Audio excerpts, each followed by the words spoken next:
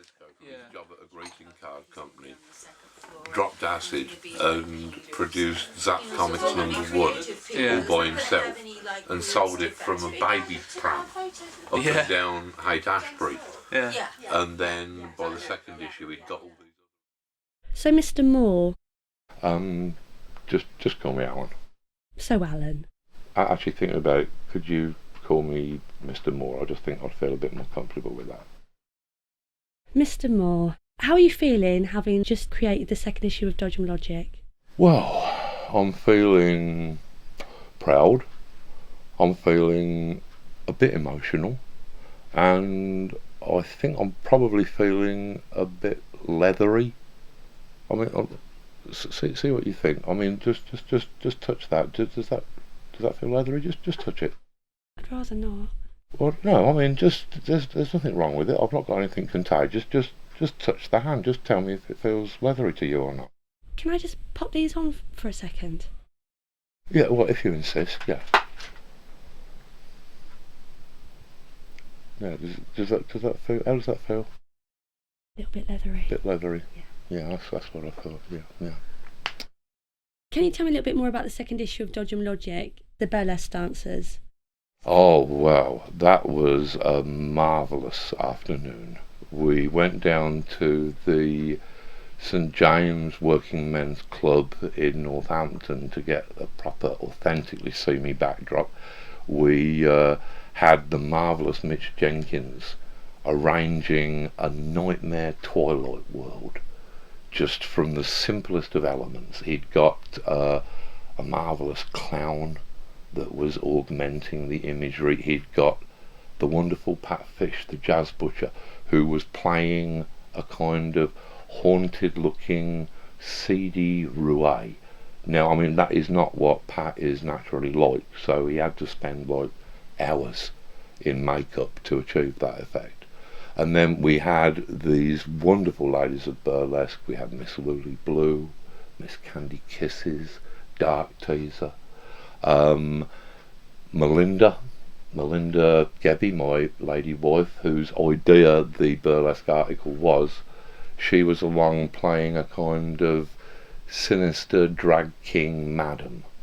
And then I think I even turn up in one shot as a kind of Eastern European organ trader, which the narrative kind of takes a dark turn around there. But it was a marvellous afternoon, and you'll be able to see in Dodgem Logic just exactly what we were getting up to.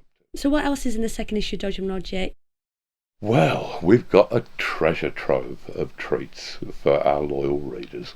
We've got, we've got more of Claire Ashby's guerrilla gardening tips, and the same goes for Dave Hamilton with his eco chamber, where he's going to be looking at the darker side of social network groups.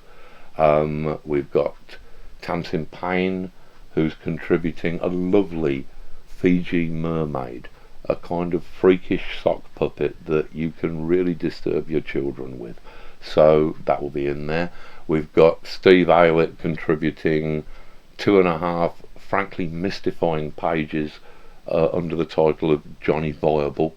We've got Kevin O'Neill doing another one of his psychotic masterpieces. We've got the Magnificent Savage Pencil. We've got Melinda's article on burlesque, augmented by Mitch's pictures. I'm doing a 4-page piece upon anarchy. If I can be bothered. I might not. That's anarchy for you. But at least that's the plan. And a whole lot of other pieces which I'm sure that I have temporarily forgotten. Oh yes, we've got a piece by Magpie, who is one of the former leading lights of the steampunk movement, and who has recently defected to the post-civilization movement, which is trying to deal with the collapse of society now, before it happens, while we still have electricity. So that will be quite a helpful piece. We've got Josie Long turning a couple of pages in, and we've actually got a marvellous free gift for every reader. We've got a little 8-page mini comic which is called Astounding Weird Penises, and which is actually the first and only comic book that I have ever created entirely by myself, where I've done the writing and I've done the drawing. That's an interesting point. I bet some of our audiences would like to see how you create a comic strip. Well, actually, I mean, I still have a page of that to complete. I've got to get that done before the deadline. So yeah, I suppose that I could actually show you how it's done. It won't take me that long, because I'm quite professional at this. I've been doing bits of drawing for nearly 30 years, so I've got this pretty much down pat. I'm one of the fastest in the industry, actually. You know, yeah, I'm a legend. You start off any comic strip with basically what is a blank sheet of paper. You know, this is how they all start. Then you do your penciling. Now, this is really important. It's important, you know, you have to sort of, you get your basic sort of lines in, and it's important to get these in really sort of precisely. You have to sort of really make sure that every line is perfectly placed, so that you can, when it comes to the inking phase, that you know exactly what you're doing. There won't be a line that's out of whack in any way. I think, hang on, there's a detail. That was just wrong, that needed correcting. It's important to get everything precisely right.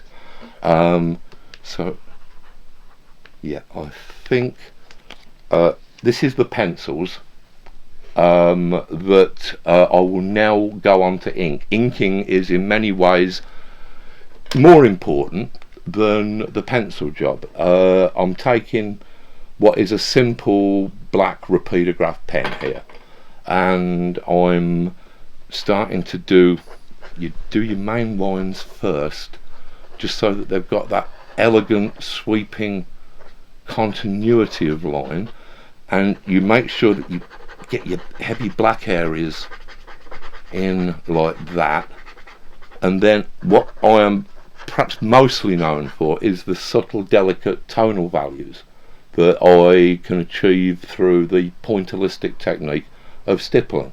So this is the point where I will start to just put in the stippling here. This might take me a second or two.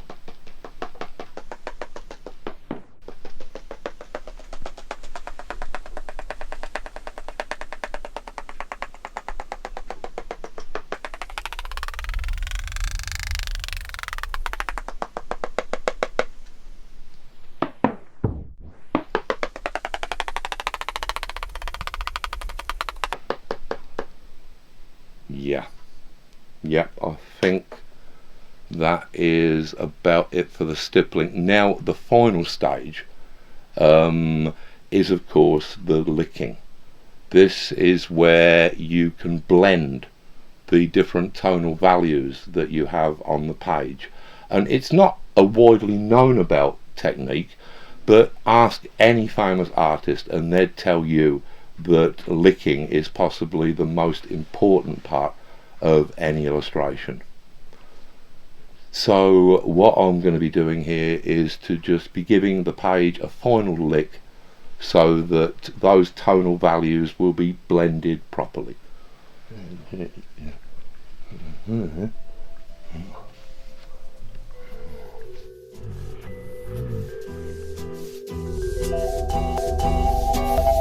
I think that is there.